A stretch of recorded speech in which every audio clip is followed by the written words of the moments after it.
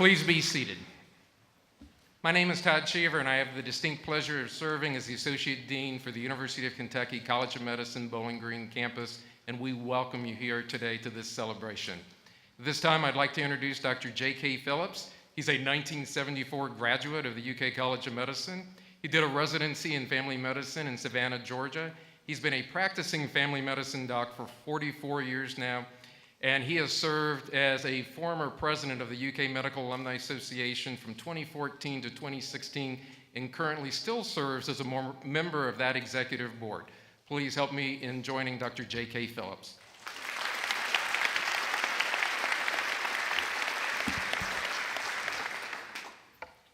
Good afternoon.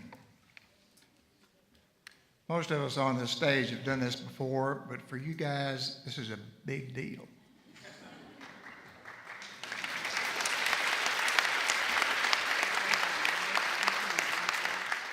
I am J.K. Phillips in my capacity as the former immediate past president of the UK Medical Alumni Association. I have the distinct honor and privilege to welcome family, friends, faculty, staff, fellow alumni, donors, and of course, our honorees for the day, our history-making inaugural class of the University of Kentucky College of Medicine Bowling Green campus. Seated before us in these two rows are the brightest and the best future physicians who today will begin formally their medical education. For many of you, this is a dream you've had since you were 5 years old. Or at least your parents had for you when you were 5 years old. We want to remind everybody that families are an important part of this journey and provide strength and love and support for our medical students over the next 4 years. Many have made this journey before you. As a matter of history, which parallels today, the University of Kentucky College of Medicine was organized in 1956 and began operation in 1960 with a class of 32. And I'll tell you something else too. Their building wasn't finished either. Chandler Medical Center was not in operation until 1961. They had to find alternate places to do their didactic teaching for the first year and a half. Not many of us old enough to remember that. Over the years, a lot have changed. The 6 years have produced over almost 6,000 physicians who have received their MD degrees from the college. And today, our reputation for producing highly qualified, caring physicians for Kentucky and the nation has risen to national prominence. Now, some words of advice for our incoming students. If you enjoy being challenged, you've come to the right place. Enjoy this day with your family and friends because life is about to change, big time. Next week, things get really fast. So simply put, prepare to become overwhelmed.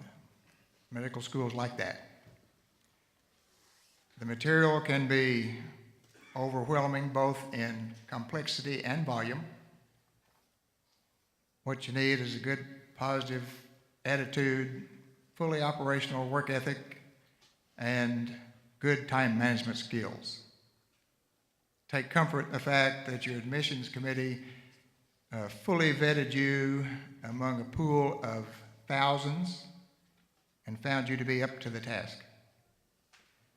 By the time this class reconvenes in just 4 short years for your commencement, you will have mastered the fundamentals of medicine, and you will make friends here for a lifetime and have experiences that you'll never forget. You will become physicians.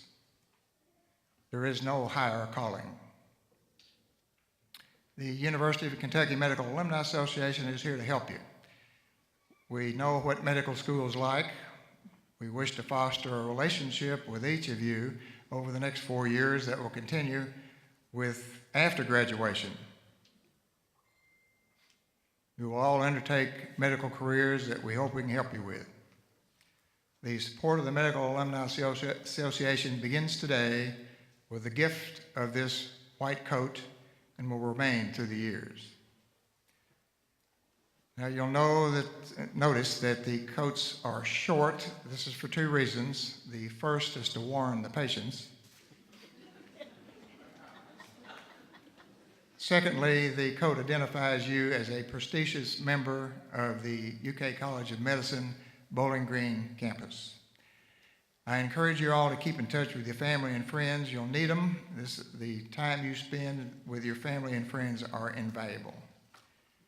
Good luck to each of you as you begin this adventure, and congratulations.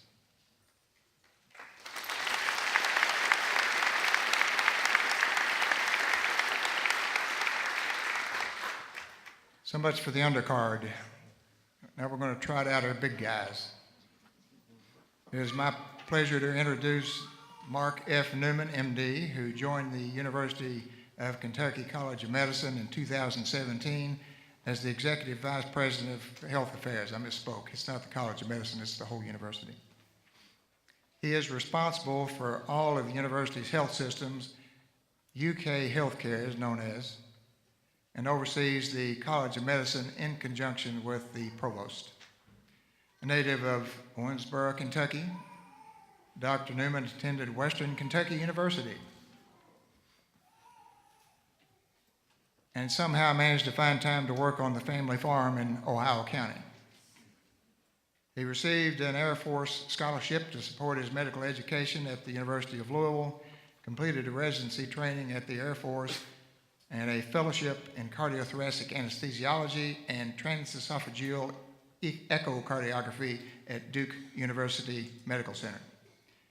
Afterward, now this is pretty cool, Dr. Newman returned to active duty in San Antonio, Texas at the Wilford Hall Medical Center and was deployed in operations Just Cause, Desert Shield, and Desert Storm.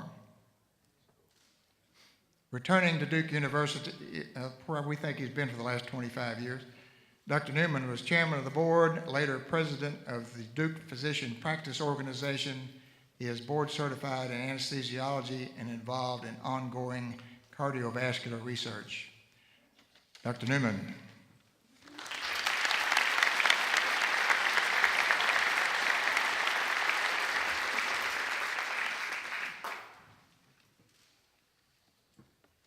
Thank you, Dr. Phillips. I told him not to say all that, but I appreciate being here today. And I bring you greetings from President Capilouto and the University of Kentucky, as well as from UK Healthcare. It's been about a year, he's right. It's been about a year since my wife and I packed up our bags in North Carolina and headed back home to Kentucky. It was an opportunity to work with a great team, to continue to advance what is a great university and to try to make a difference in the healthcare of a great state. Like many of you, I did grow up in Kentucky. I grew up a few miles north and west of where we are in Owensboro, and for college I chose Western Kentucky University. And let me give the university a clap out as a great partner. How many Western in the group coming in, as well as in the families? Oh, a lot of Western. So again, thank you very much. And in college, I was introduced in a number of different ways to the need for high quality health care, not only in the great education that I got here, but as I was going through college, my father became ill and eventually passed away. And one of the things you learn, you see an individual that's strong become frail, and you see the potential opportunities to be able to make a difference through health care. As I considered a career as you're going forward, I realized that there are things you love, there are things that you are good at, and the neat thing is sometimes you can put those things together. And for me, medicine gave me the opportunity for science, but the opportunity to also to make a difference. Even though I'm now the chief executive at UK Healthcare, my primary thought of who I am will always be first and foremost a physician. Like most of you, this is my first white coat ceremony at UK Healthcare.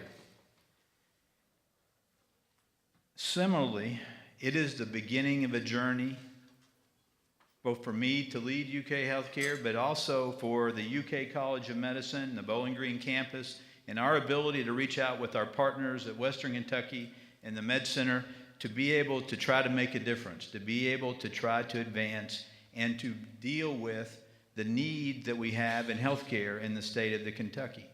Now, last and most importantly, for you, you're about to begin a path to commitment, a path of education, a path of discovery and service. As you train and begin to practice medicine, you will see the things that we can do better. You will see the opportunities to make a difference. My team is familiar with me saying every day, how do we do better tomorrow than we do today? And that's the opportunity. A large portion of my career was in clinical research. As I look back now, as physicians, you'll be aware of the ongoing challenges that your patients face, the ongoing suffering of your patients. It is neat for me to look back now after 30 years of the research that we've done in perioperative medicine and critical care, and I can say that things have gotten better because of the work that my group and other groups have done over that 30-year period. 37 years ago, although they didn't used to have white coat ceremonies in those days, they just handed it to you. I sat in your place. Now, you might think 37 years ago the dinosaurs were still coming around. Western Kentucky is a part of that. But I was excited and I was scared. I was excited by the opportunity and scared of the unknown, not knowing exactly what it was telling us. And not sure I was as well prepared as maybe I could be. Even though I was, you never know what that looks like.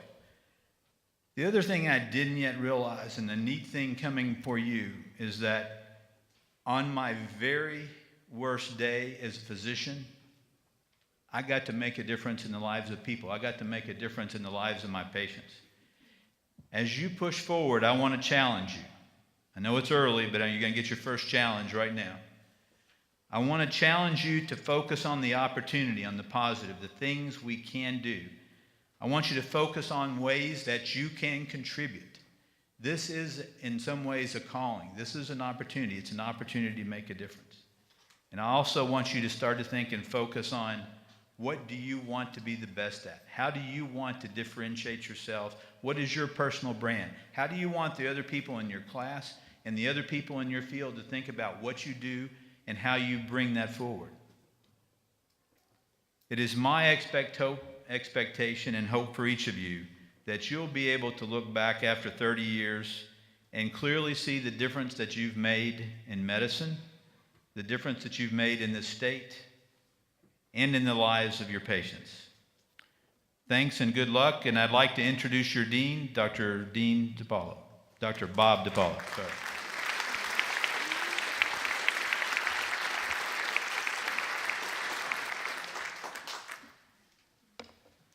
Thank you, Dr. Phillips and Dr. Newman. Well, good afternoon, friends, family, and especially guests of honor. This is a big deal, as you heard, and this is a big deal for all of us. I mean, think about, a whole new school, a whole new campus in the state of Kentucky and here in Bowling Green. I got to say that, you all did it. This was, you already heard, out of thousands of applications, you made it. This is a big accomplishment, and I want to have you stand, if you could, and just give them a round of applause, if you would.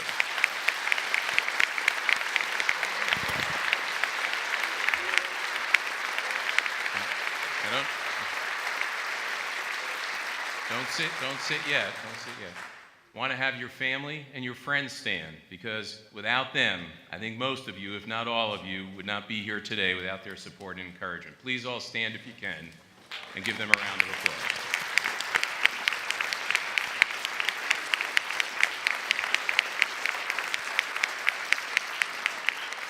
Now you can sit down. Thank you. So I want to again thank Dr. Newman and Dr. Phillips for their words and acknowledge our faculty members present today, and especially Dr. Wilson, who's one of the prior deans here. Please, if you could, just give them a round of applause as well.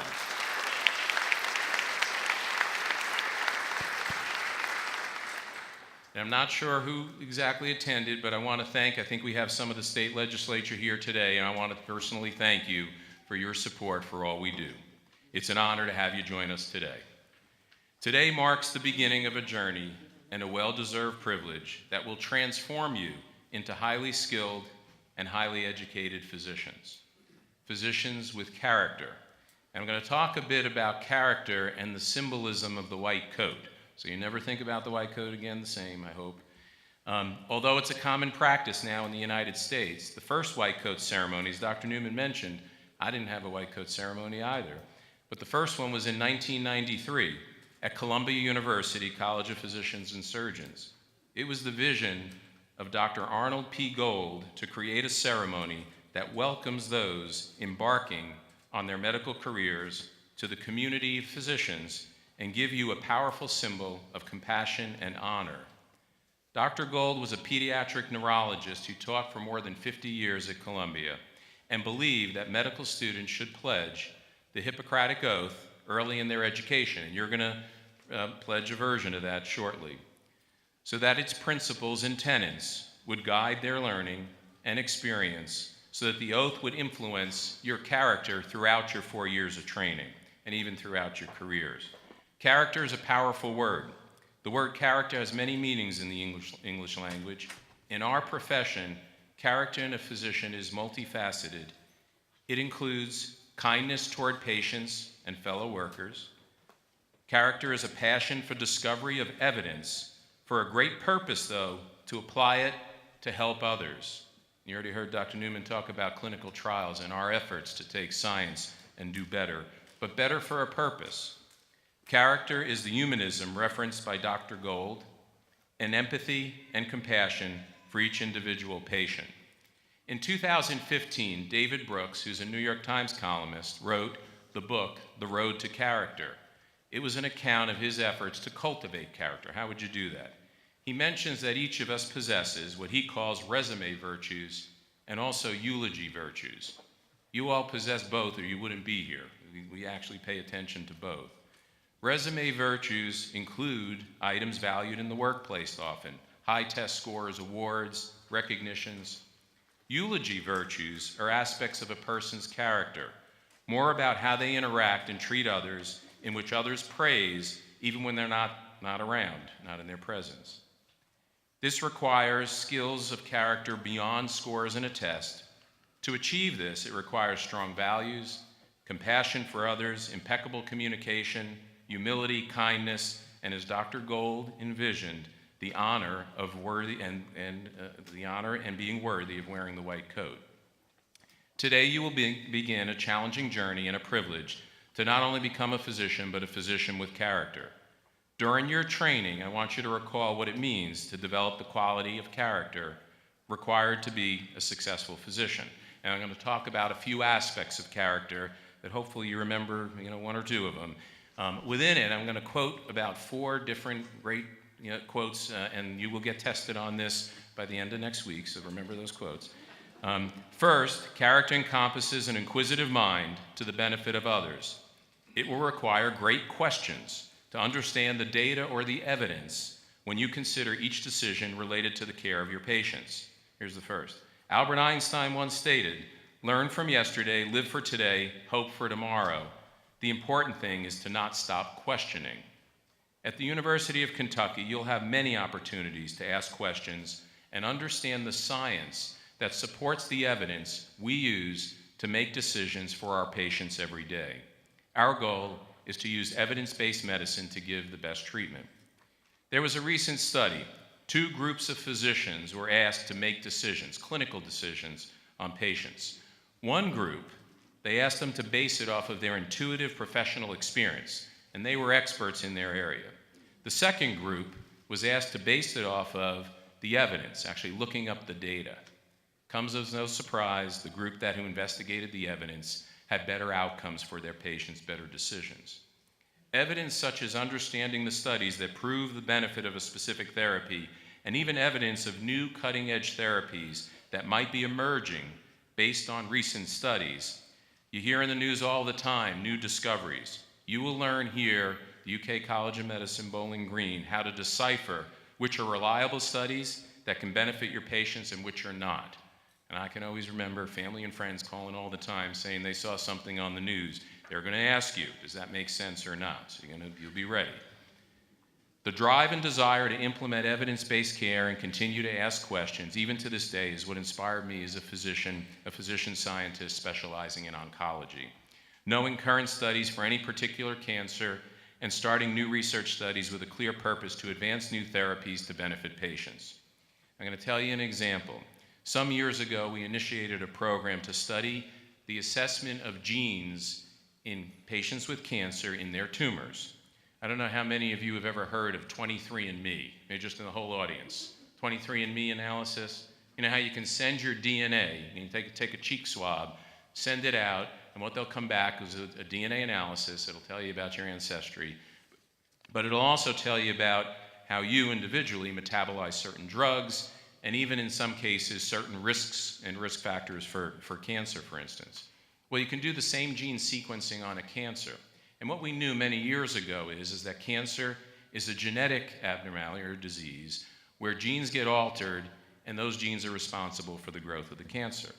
So knowing that you could measure individual genes in a person or in a cancer, and concerned that many tumors become resistant to standard therapies, we asked the question about whether we could do gene sequencing on an individual patient's cancer, discover the genes specific to their cancer, and prescribe therapies very specific for that particular individual. This is this whole field of precision medicine. You hear about that all the time. That would be precision medicine in cancer. The first patient I'll never forget, 12-year-old girl who had an aggressive brain tumor that was spread throughout her body, lots of discomfort, and her pediatric oncologist at our center had given every chemotherapy regimen that was known for that particular cancer. And she enrolled in the program. We assessed the tumor with gene sequencing and found a gene, not that you have to worry about it now, although you will all have to worry about it in about a week or so, a RAF kinase alteration that appeared to be causing her particular cancer to grow. No one would have guessed that she had this gene alteration, as it wasn't commonly found in that type of tumor in a young girl. It was usually found in adults with very severe skin cancer or melanoma, and there was a drug that was available, an oral agent, but for melanoma, not necessarily even thought of for her cancer. But knowing the evidence and the drug that was available, we obtained the drug and gave her a new option for treatment, and it actually caused her tumor to respond, so a remission. Knowing the evidence changed the options for this young girl, and it reminded us the need to ask great questions and to pursue the evidence to best benefit patients, so using the science to make sense in terms of treatment. Emerging evidence like this happens all the time. If you were to ask the question, new genes, new discoveries, new therapies, how many new therapies occur, how many new technologies are discovered and published to be used, and especially in publications, and you say, well, how often, how fast is it going to be? A high trajectory, a steep trajectory of a curve, doubling every 3.5 to 4 years. So you start on Monday, 3.5 to 4 years, there'll be about double the knowledge. And you don't have to worry about it, because not only will you be equipped to know where we are now in terms of the evidence, but we're going to spend a lot of time working on critical thinking and how to sort it out so that you can look at it from a lifelong learning perspective. In addition, though, to asking great questions to find the evidence to best treat your patients, a second important facet of character is to always remember the importance of compassion for your patients. So using the evidence to make decisions, but doing it in a compassionate way, thinking about the patient as a person, not as a disease. During the next 4 years, you're going to be faced with real people in great need of your support and your expertise, often in the very worst of times of their lives, if not the worst time in their life. Understanding their personal needs as well as their disease is critically important. I recall, I'll only give you one more example, dramatic example of a patient that by understanding her as a person and effectively communicating was critically important to our treatment decision. She was a 27-year-old, 22-week pregnant female, and it was her first child, and she was hopeful for the future of a young family. She was admitted to the hospital, however, with severe back pain. Physical exam, laboratory studies, and biopsy actually revealed metastatic melanoma that was highly progressive, with, as best we could tell, the likelihood that it would progress before the baby could be born. In working with her in an honest, clear discussion over the situation and options, it was clear that their primary concern, her and the child's father, was doing everything possible to save the child and wanted any option that could be possible. And it was certainly too early for a viable delivery right then, so we had to carefully outline an effective and safe course of treatment together in such a high-risk situation. Knowing the evidence and the likelihood of that chemotherapy at that time, now there's even other therapies, immune therapies and so forth, but at the time there was only chemotherapy, but we actually knew how long it would induce a response and thought that we could use it to control the disease long enough to deliver the baby versus the risks. We decided together to initiate potent chemotherapy in order to prolong the gestation. And at 30 weeks, a C-section was performed to deliver a totally healthy baby.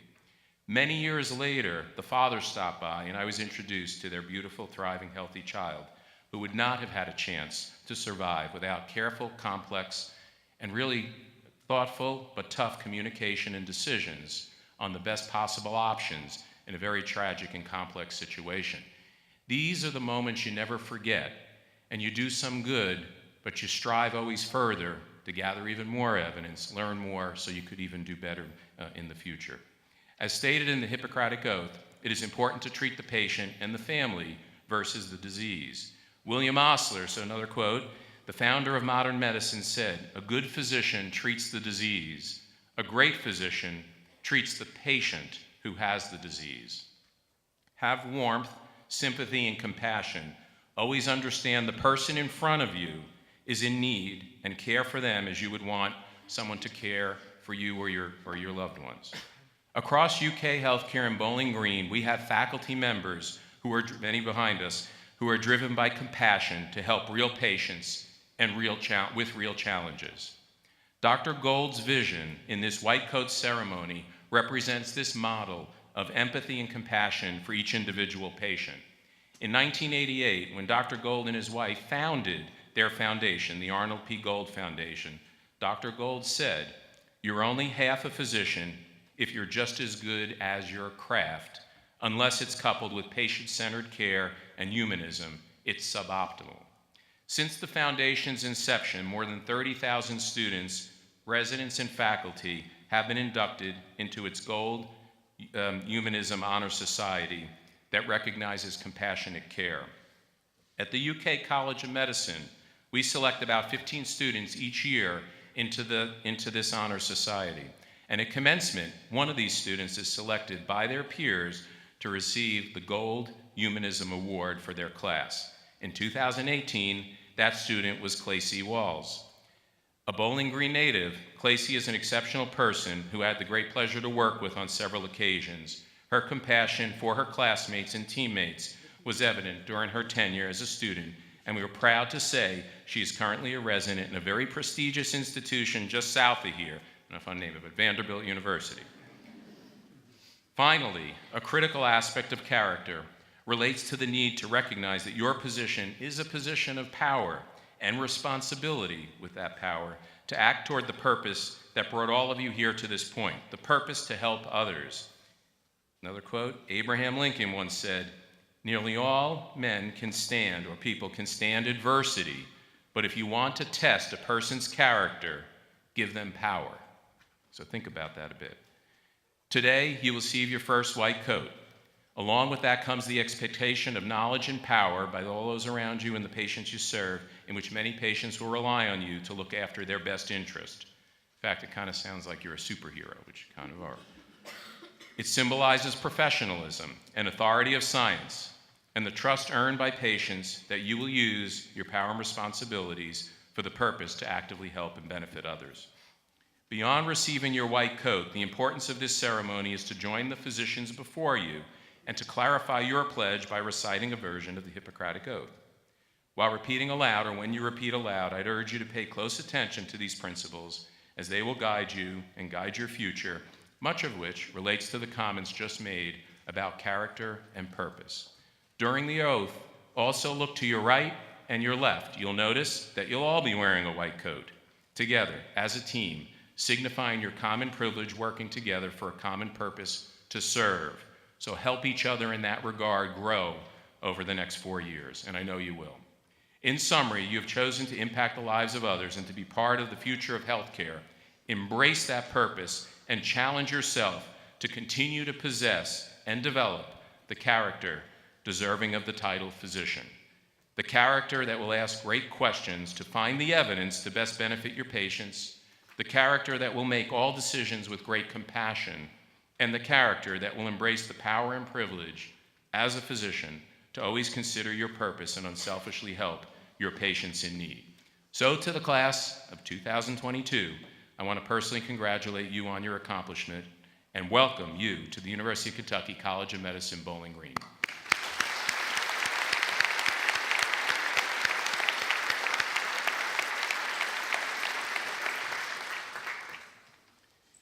Before I turn the podium over, I want to take the opportunity, though, and I know you've heard them introduced, but to reintroduce two incredible people without whom the University of Kentucky College of Medicine Bowling Green campus would not be here today.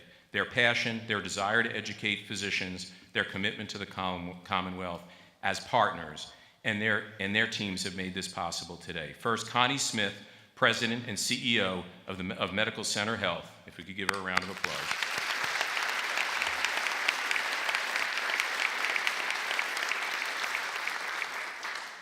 And President Timothy Caboni, President of Western Kentucky University.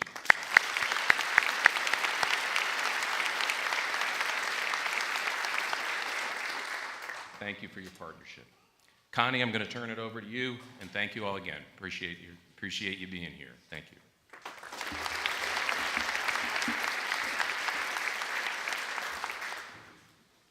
Thanks, Dean DePaula. He had a book, I have a page. So this is my first white coat ceremony. And a couple of nights ago, I was thinking, I've never been to one of these before, and I had some notes, and I was thinking I probably need to practice for this. So the only one I had with me to practice with was my 3-year-old granddaughter. So I started talking, and finally she let me go for a few minutes, and I thought, well, that's a sign I need to keep it short. And she finally looked at me and she says, Con, what are you talking about? And I thought, uh-oh. And then she said, do you need some medicine? Do you have a boo-boo? So I don't know. You all just have to see what you think about this. On behalf of MedCenter Health, our board, physicians, and staff, we are so honored to be part of this historic occasion. What a great day to be in Bowling Green. We started off the day, and it was very exciting to meet of course, I got a chance to meet all the students on Monday morning, but not only did I get to see the students again this morning, I got to meet your family and some friends that came and siblings, and so that was a great opportunity, and I hope you all enjoyed the tour as much as I did. Along with our partners, we are proud to stand with you as you take this important step in what will be a challenging yet rewarding career, a career of saving lives. The mission of MedCenter Health is to care for people and improve the quality of life in the communities we serve. As the leading healthcare provider in South Central Kentucky, we have a great privilege and a profound responsibility. Our vision is one of clinical excellence and serving as the region's most trusted healthcare system. An important part of that vision is our role in educating future physicians. As medical education expands, so will our determination to continuously raise the bar in the quality of care we provide to our patients. Throughout MedCenter Health, you will find dedicated and compassionate professionals who are eager to encourage you throughout your education. You will also find the most advanced state-of-the-art equipment and technology. As you progress along your journey from student to resident or fellow, and eventually begin practice, MedCenter Health will be with you every step of the way. This med school will attract the best and the brightest to our area, and that's already started with this inaugural class. You will not only care for generations to come, but you will inspire those who follow in your path to care for those in need. Thank you for dedicating your lives to others. We are proud you have chosen to join us right here at MedCenter Health in Bowling Green, Kentucky. Thank you.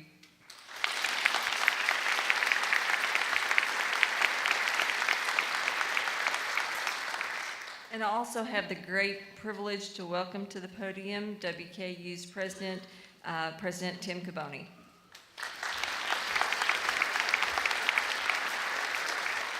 Thank you, Connie. So we went from a book to a page to nothing, so this will be quick. What an exciting day for Bowling Green and certainly for Western Kentucky University. And let me also extend my welcome to each of you for joining this class. I'm particularly proud of the 8 Hilltoppers that we managed to keep in Bowling Green, and without having a School of Medicine, it's likely you all would have left town. And so we're glad that you're still here and near to us. We do things at WKU that inspire innovation, elevate communities, and transform lives. And that's a lot about what medical school does as well. And the dream of a School of Medicine for Bowling Green has been around for a long time. And the truth is, this could have not happened with any one of our organizations on its own. This is a remarkable partnership, and I'm so thankful that the University of Kentucky and the Med Center have been just terrific partners in doing this and allowing us to be part of a grand adventure. And thanks to each of you for taking a shot and being part of a grand adventure as well. Your presence here in this community will elevate it, and so is having this new School of Medicine. So with that, let me just tell you how pleased we are to have you. You're not going to have any time to enjoy Bowling Green, but it's a nice place to be. And I'm certainly hopeful that when you're finished with your studies, that you stay in the region. I spent a good part of the summer traveling to 31 counties in our service area. And the most important thing that I know is good for a community is having a physician.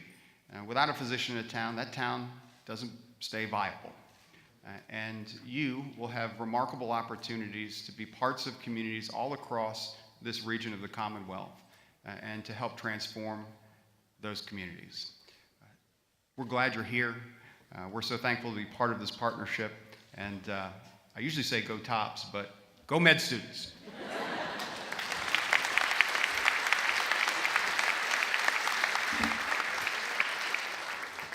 At this time, it's my pleasure and privilege to introduce Dr. Don Brown, who's the Assistant Dean for the Bowling Green campus. Dr. Brown is a busy vascular surgeon. He's an educator. He works with all the residency programs at MedCenter Health. And in all of his spare time, both minutes each week, he's also a high school football coach. I just wanted to publicly say what an honor it's been working with him for the last 18 months on a daily basis to prepare for this moment and to have this first class here. So please welcome Dr. Don Brown.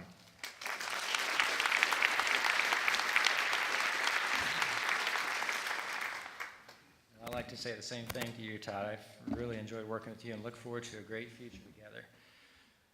At this time, we are pleased to introduce each of the 30 members of the class of 2022 at the University of Kentucky College of Medicine Bowling Green campus. As the students walk across the stage, I will announce their hometowns and where they attended school. In addition, we ask the students to share a few accomplishments about themselves of which they are most proud. As you will soon hear, it is a truly dynamic class with diverse achievements. So we're going to start with Enes Atisi. He's from Bowling Green, Kentucky, and graduated with a Bachelor of Science in Biology and Chemistry from Western Kentucky University. While at WKU, Enes had the opportunity to study abroad in Kenya and also conducted research analyzing hemocyte development.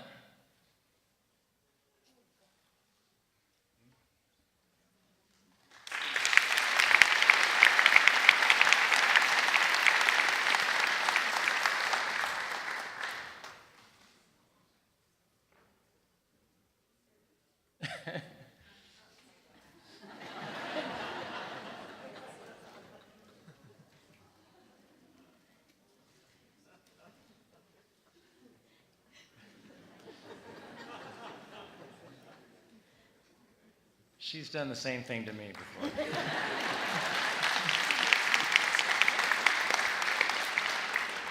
Madison Campbell is from Elizabethtown, Kentucky, and graduated with a Bachelor of Science in Biomedical Science from Eastern Kentucky University. Madison founded the Pre-Medicine Club at EKU while also serving as vice president of Chi Omega sorority. Madison conducted research on a breast cancer treatment compound.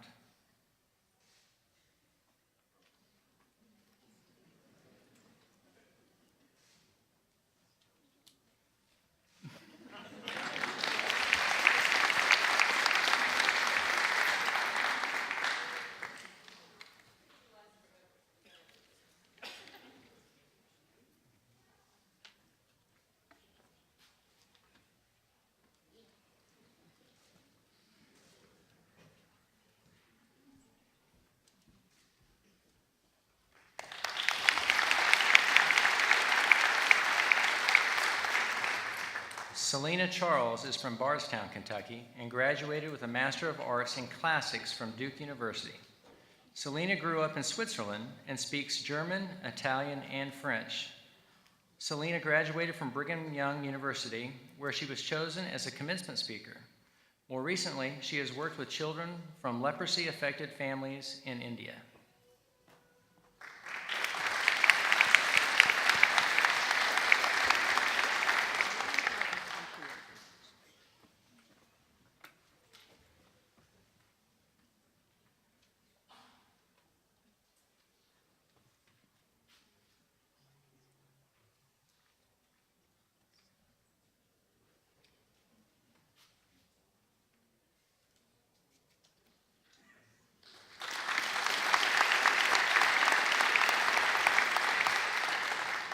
Catherine Seatack is from Somerset, Kentucky, and graduated with a Bachelor of Science in Biology from Western Kentucky University.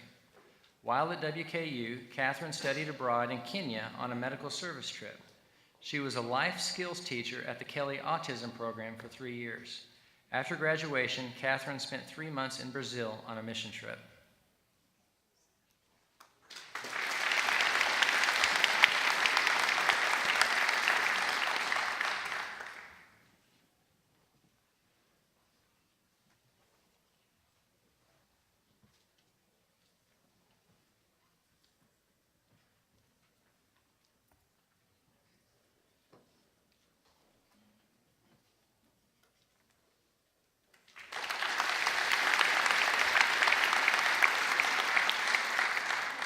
James Cloud is from Hamilton, Ohio, and graduated with a Master of Science in Business from the University of Cincinnati.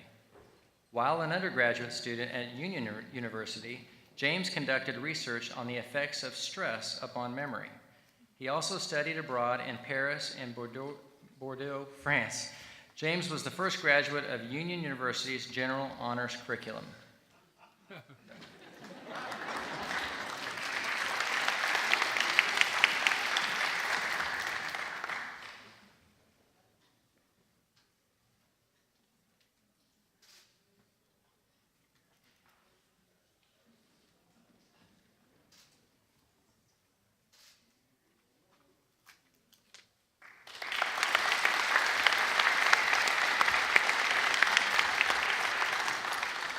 Andrew Croft is from Paducah, Kentucky, and graduated with a Master of Science in Medical Sciences from the University of Kentucky. While at UK, Andrew was a member of the Sigma Chi fraternity, where he served on the executive committee as the Brotherhood chairman. Andrew also served on the Dance Blue Committee, helping raise money for Kentucky Children's Hospital's Hematology and Oncology Clinic.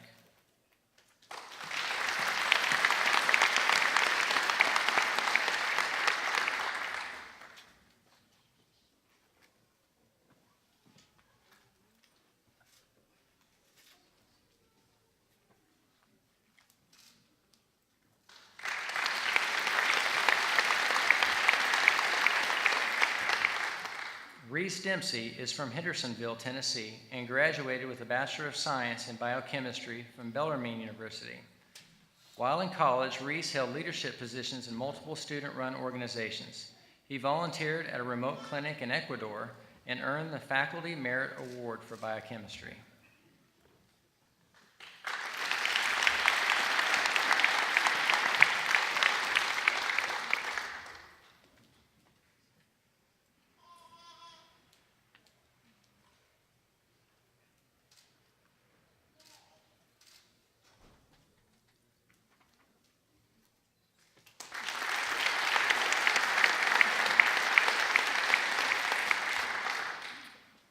Connor Donnelly is from Alberton, Kentucky, and graduated with a Master of Science in Medical Sciences from the University of Kentucky.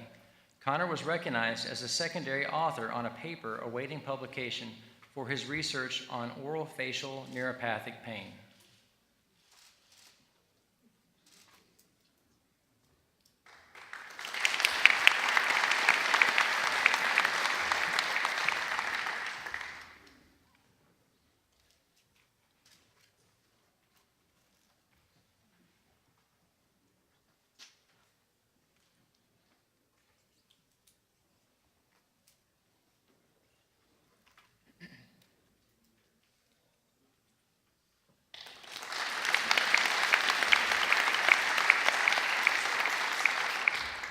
Emily Fryman is from Mount Washington, Kentucky, and graduated with a Bachelor of Arts in Chemistry from the University of Kentucky.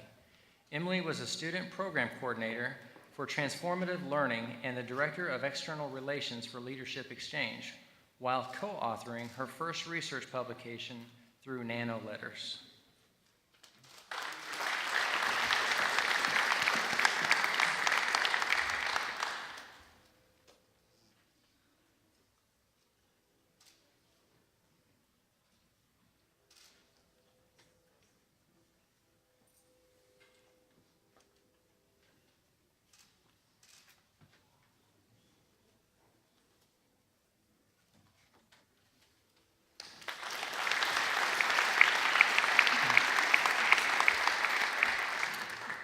Caitlin Galloway is from Owensboro, Kentucky, and graduated with a Bachelor of Science in Biology from Western Kentucky University.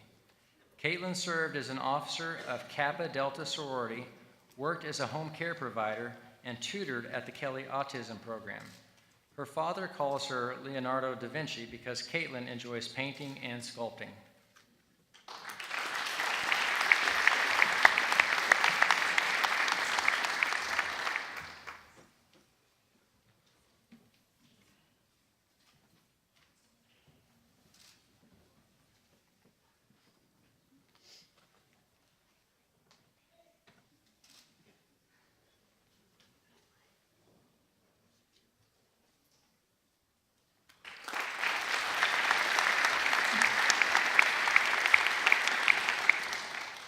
Luke Gaskin is from Russell Springs, Kentucky, and graduated with a Bachelor of Science in Biology from Western Kentucky University. Luke describes himself as a proud farmer who has also worked at a pharmacy for 6 years. He is a contributing author for a chemistry lab manual used at WKU.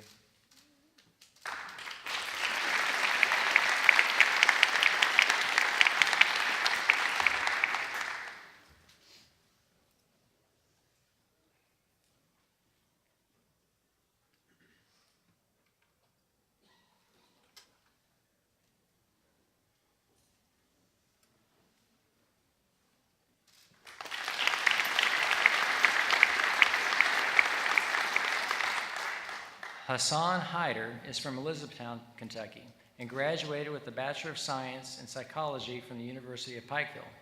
Hassan served as president of the Tri Beta Honor Society and president of the Biology Club.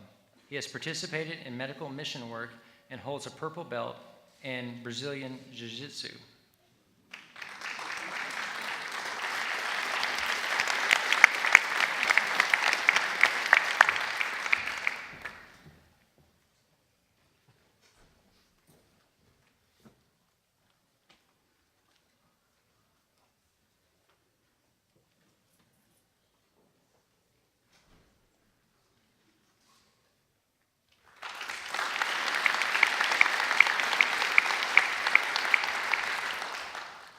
Mary Heslin is from Fort Campbell, Kentucky, and graduated with a Bachelor of Science in Biomedical Science from Troy University. Mary served as the Vice President of the Troy University Student Government Association. Since graduating, Mary has enjoyed working with transitioning military service members, helping them to write resumes, fine-tune their interviewing skills, and ultimately find their next careers.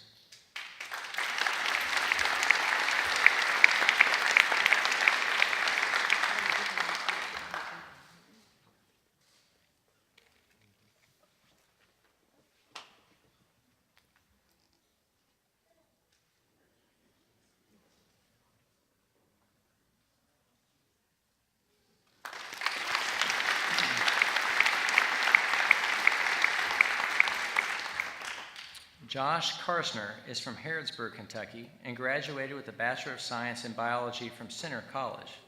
While at Centre, Josh played varsity basketball, where he broke the school's three-point record, joining the 1,000-point club, and also had the highest free throw percentage in all NCAA Division III basketball his senior year, making 92.2% of his free throws. Being a husband to his wife Lindsay and a father to his son Grayson are his proudest endeavors and motivate him every day as he pursues a career in medicine.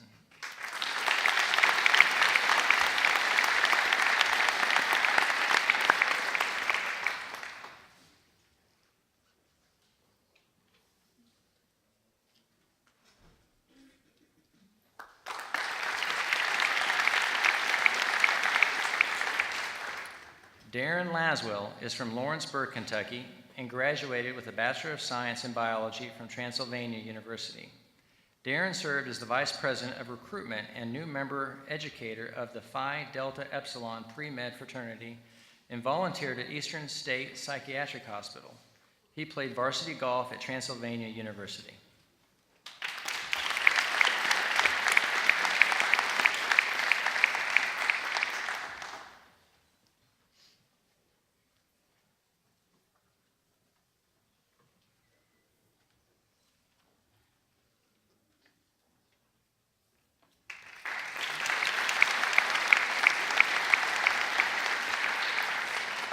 At this time, I'd like to ask the second row of students to stand and meet Mr. Lewis near the stage.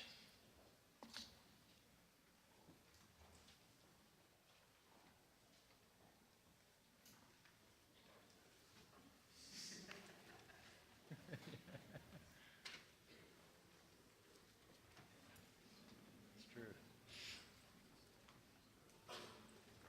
Zachary Lewis is from Richmond, Kentucky, and graduated with a Bachelor of Science in Biology from the College of Charleston.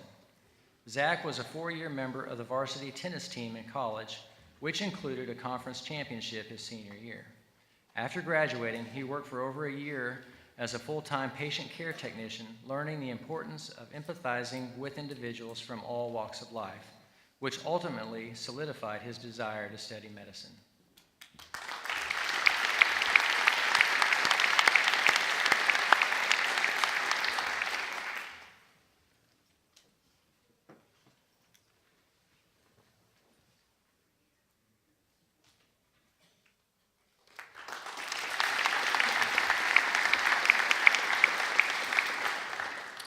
Amanda McGeorge is from Tompkinsville, Kentucky, and graduated with a Bachelor of Arts in English and the Bachelor of Science in Psychophysiology, both from Lindsey Wilson College.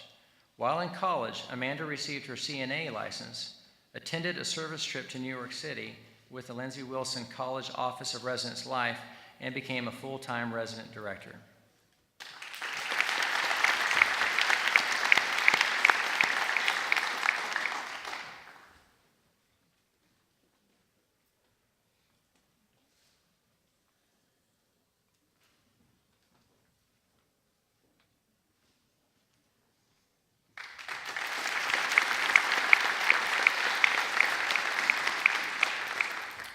Austin Messner is from Lexington, Kentucky, and graduated with a Bachelor of Education in Kinesiology from the University of Kentucky.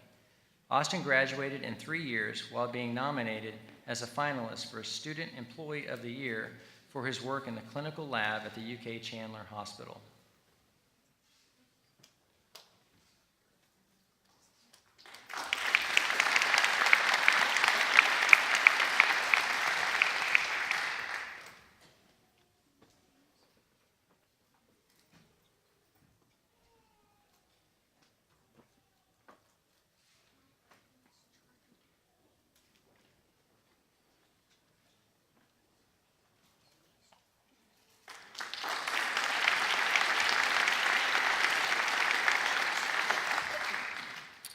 Devin Morrow is from Monticello, Kentucky, and graduated with a Bachelor of Science in Biology from the University of the Cumberlands.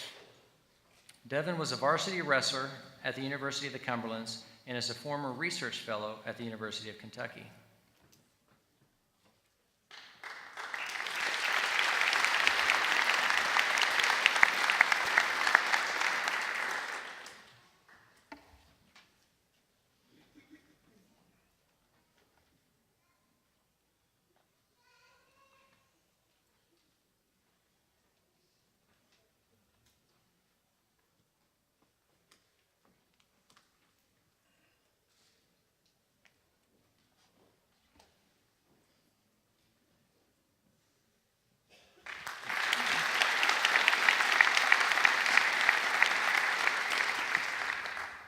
Shannon O'Hara is from Cincinnati, Ohio, and graduated with a Bachelor of Science in Human Health Sciences from the University of Kentucky. Shannon was the director of the largest single-day community service event in Kentucky called Fusion, which stands for Unity and Service in Our Neighborhoods. She also studied abroad in Tuscany, Italy.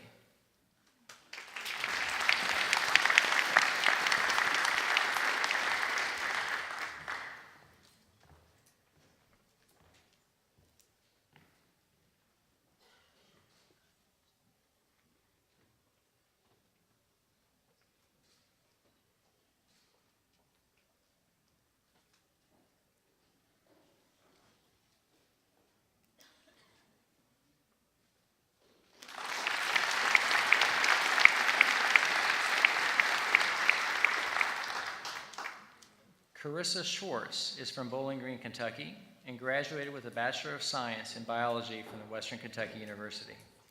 While attending WKU, Carissa worked at the long-term care facility and at the medical center's labor and delivery unit, where she was drawn to her passion for patient care and medicine. Carissa also competed in national archery tournaments, where she shot in a semi-professional class.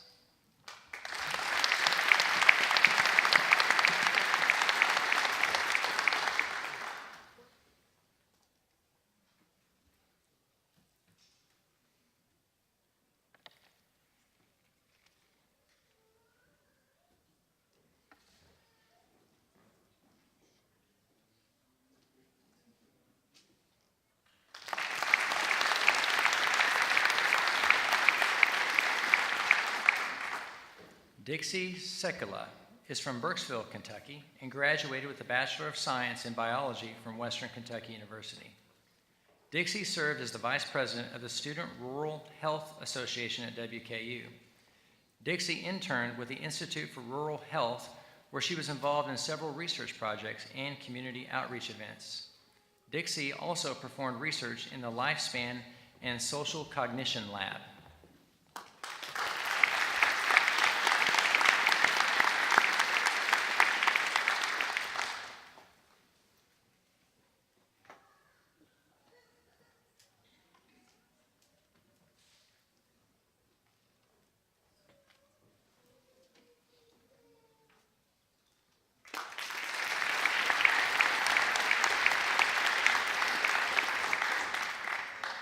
Zachary Setters is from Florence, Kentucky, and graduated with a Bachelor of Arts in Biology from Berea College. Zach served as the Vice President of the Berea College Biology Club and was a co-captain of the Ultimate Frisbee team. While in Denver, Colorado, he conducted stem cell research that will hopefully be used to create new medical treatments.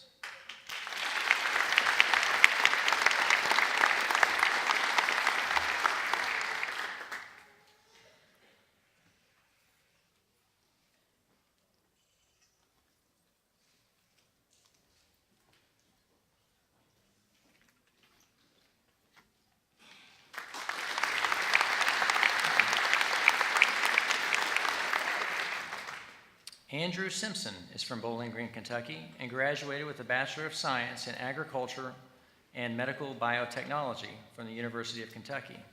While attending UK, Andrew was a published researcher and spent time as a general manager at College Mentors for Kids.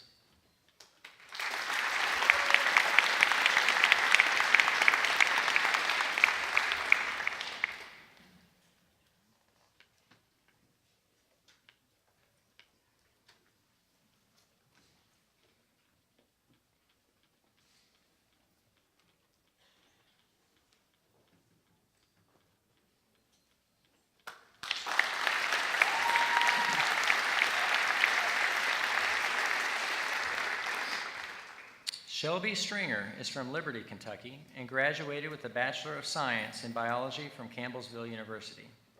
Shelby received the Pre-Health Professions Academic Award at Campbellsville University and was actively involved in the Professional Education Preparation Program, or PEP, at the University of Kentucky, which fueled her passion for medicine. Shelby also represented her college at the 87th Annual Kentucky Mountain Laurel Festival.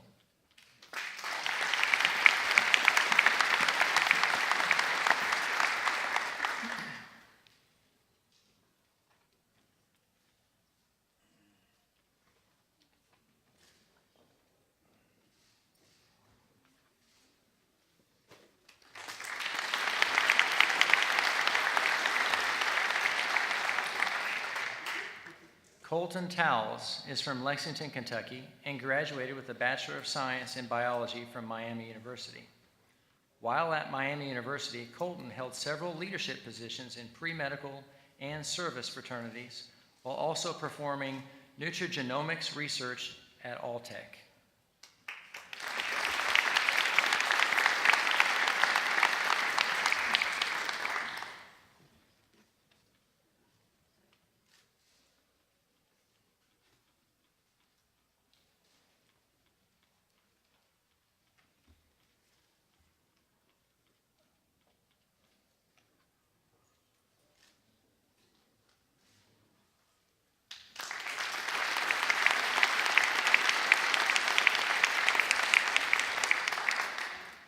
Morgan Ubilacker is from Litchfield, Kentucky, and graduated with a Bachelor of Science in Chemistry from Kentucky Wesleyan College. While in college, Morgan was recognized as a Wesleyan Research Fellow. She was selected to be a Kentucky Biomedical Research Infrastructure Network Summer Research Student. As a member of Kappa Delta sorority, Morgan served as the Ritual Chair, Gracious Living Chair, and Vice President of Standards.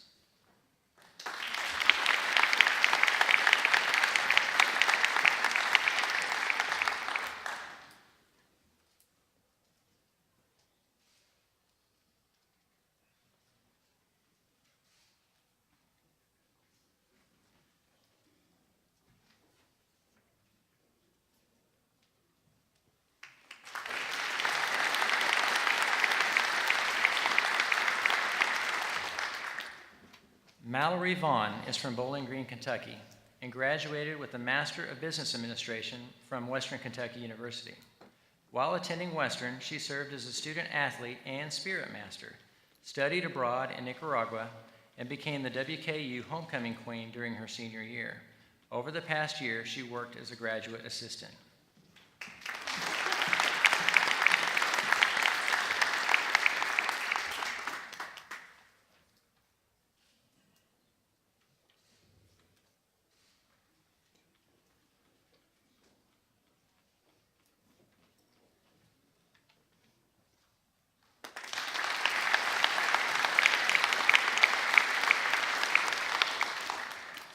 Hayden Vernon is from Bardstown, Kentucky, and graduated with a Bachelor of Arts in Biochemistry from Transylvania University. Payton conducted research studying fluoride bonding in organic molecules and was part of the Transylvania baseball team that ended the school's 8-year playoff drought.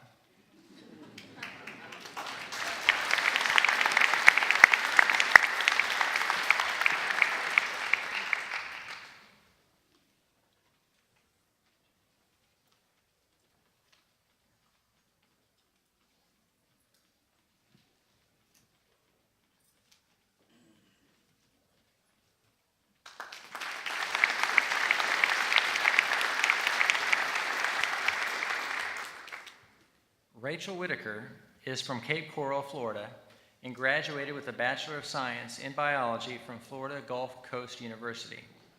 At her college graduation, Rachel received the Excellence in Civic Engagement Award for completing over 850 hours of community service, including a medical mission trip to Nicaragua. Rachel's love for exploration also led her to study abroad in Prague and the Czech Republic.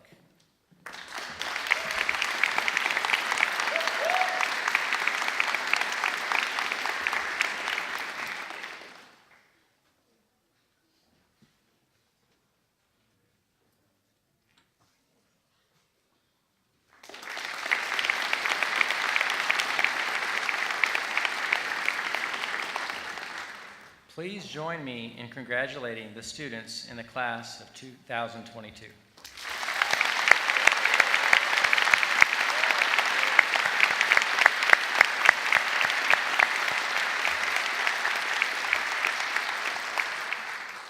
At this time, I would like to invite Chipper Griffith, Vice Dean for Education, and Todd Cheever to come to the podium for the Pledge of Professionalism.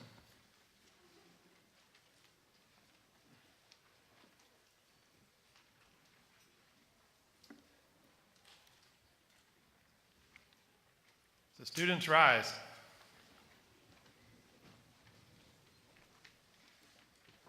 join me and your campus deans as we recite together with you the University of Kentucky College of Medicine Pledge of Professionalism. You should know that this pledge was written by some of your predecessors several years ago. And as we recite these together, don't just mouth the words. Think deeply on the meaning of the words.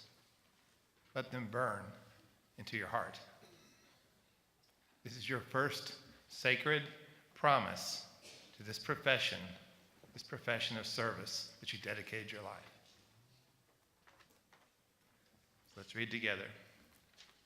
I do solemnly promise to uphold my chosen profession, to conduct myself in an honest and courteous way, a socially responsible citizen of our college, our community, our nation, and world, to develop and nurture habits of lifelong learning, to maintain current knowledge and expertise, to do my utmost to foster the success of my colleagues and earn the respect of my peers, my faculty, and my patients, to relate to my peers, faculty, patients, and their families with truthfulness and respect, to choose my role models carefully and strive to become an inspirational role model for future generations, to hold sacred privileged information from both patients and colleagues and honor their trust by preserving confidentiality, to accept inconveniences and endure unavoidable personal risk in order to further my education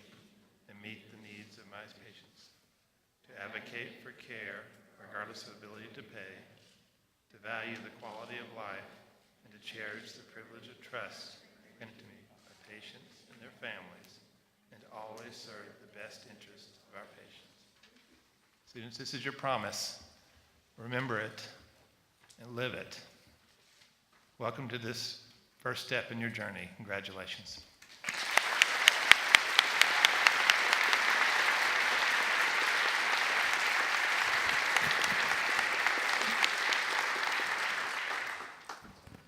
So as we conclude our ceremony, again, thank you to the UK Medical Alumni Association who helped us organize our ceremony today.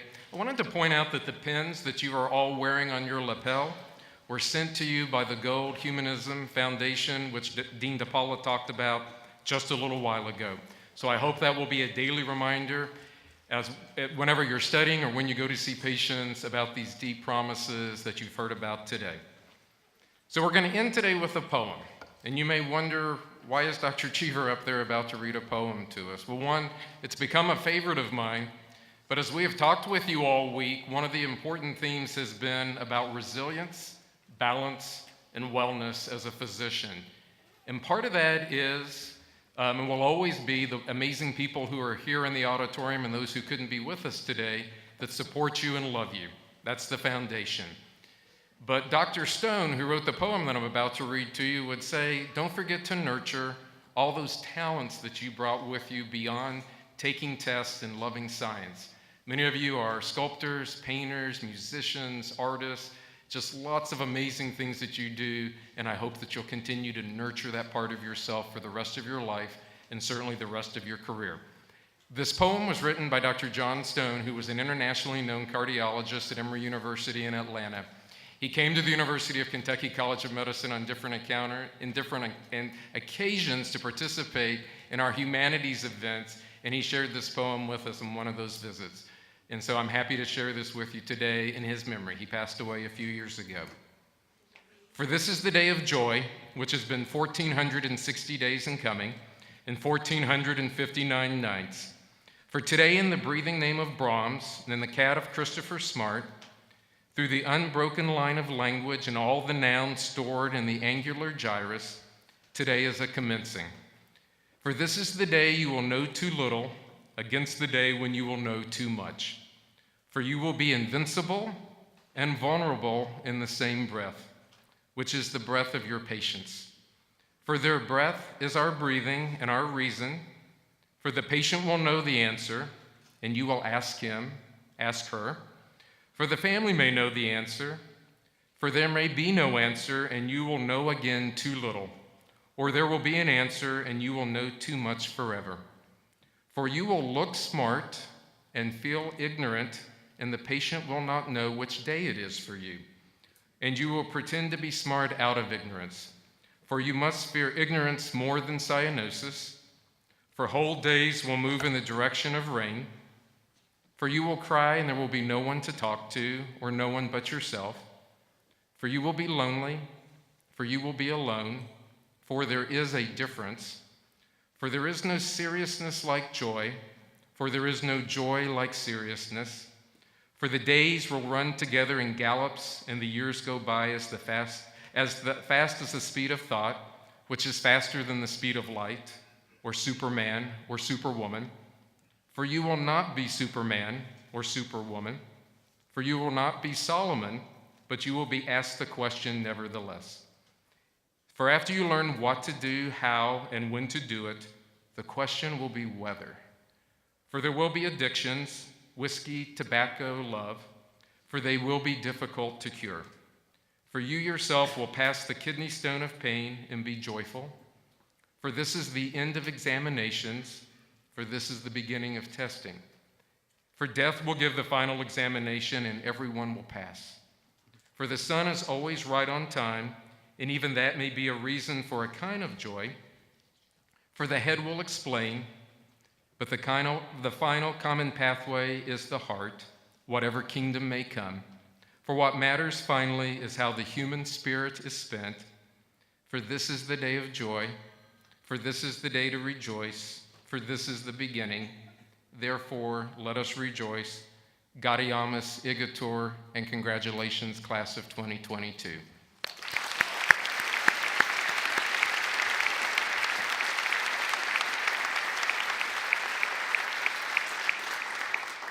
As we conclude our ceremony, the students are going to process out to the front steps.